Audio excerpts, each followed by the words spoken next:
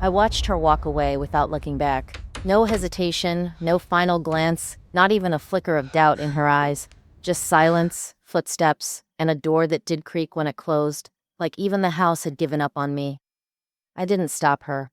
I didn't scream. I didn't ask why, because deep down, I already knew. It wasn't sudden. It never is.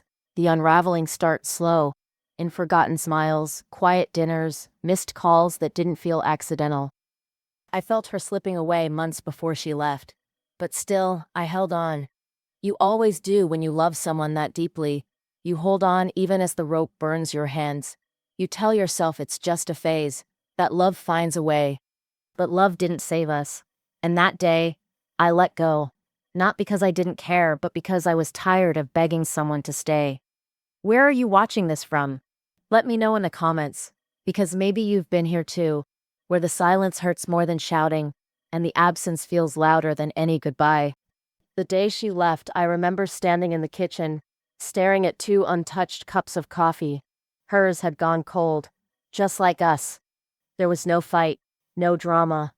She just said she needed space, and I knew that was code for someone else had her attention now. I nodded, lips tight, heart pounding like a war drum in my chest. I opened the door for her, and when she walked through it, I let her take everything, not just her suitcase, but the parts of me she'd once promised to protect. I didn't cry, not Ben, but I broke, quietly, alone, in ways you can't explain to friends without sounding pathetic. I went to work, smiled when I had to, laughed when people made jokes, but at night, I fell apart. I'd lie on her side of the bed just to pretend she was still there. I kept her toothbrush by the sink longer than I should have. I told myself it was because I was strong, but truth is, I was waiting, hoping, dying a little every day. Then months, and life, as cruel as it is kind, started moving again. I deleted her number, gave her things to charity, bought new sheets. I stopped checking her socials. I stopped wondering who she was with. I stopped romanticizing a version of her that no longer existed. Healing isn't loud. It's not dramatic. It's not some Instagram-worthy montage. It's brushing your teeth when you don't want to. It's going for a walk instead of sending that text. It's sleeping through the night for the first time in months. That's what healing looks like. I found myself again. Slowly. In the pages of books I forgot I loved. In the laughter of friends I stopped calling. In the peace of being alone, not lonely. And just when I thought I was finally free, just when I could go a whole day without thinking of her, she came back. Was raining. Of course it was. These moments always come wrapped in cliché. I had just gotten back from the gym, groceries in hand, hoodie soaked, when I saw her standing by the front steps, umbrella clutched in trembling hands, hair damp, face pale, eyes puffy. She looked like regret personified. I froze. My first instinct, shut the door. But I didn't. I just stood there, waiting for her to speak.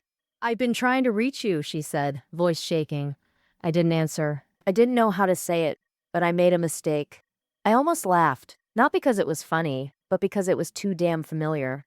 The moment where the one who shattered you suddenly wants to piece you back together. But this isn't a movie. There's no background music, no dramatic embrace in the rain.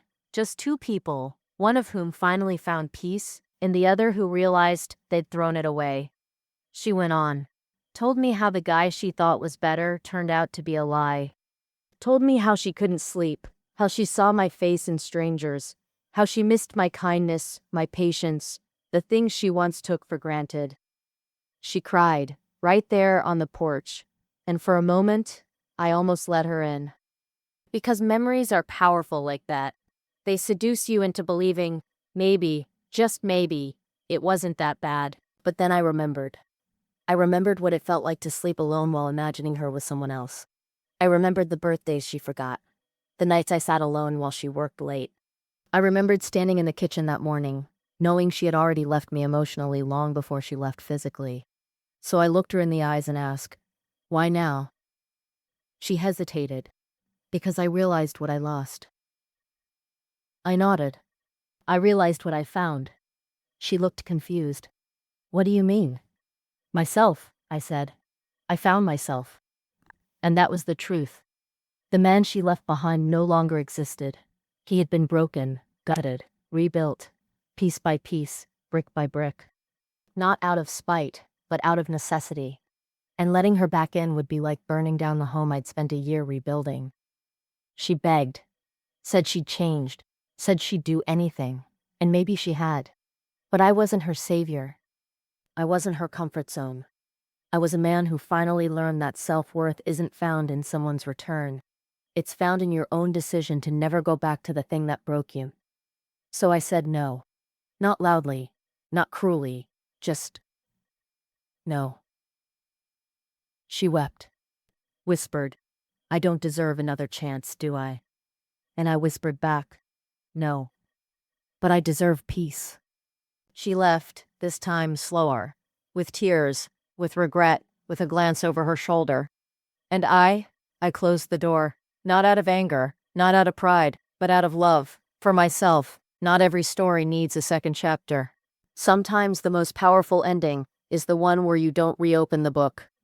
If you've ever watched someone walk away from you only to come back when it's too late, tell me in the comments, where are you watching from?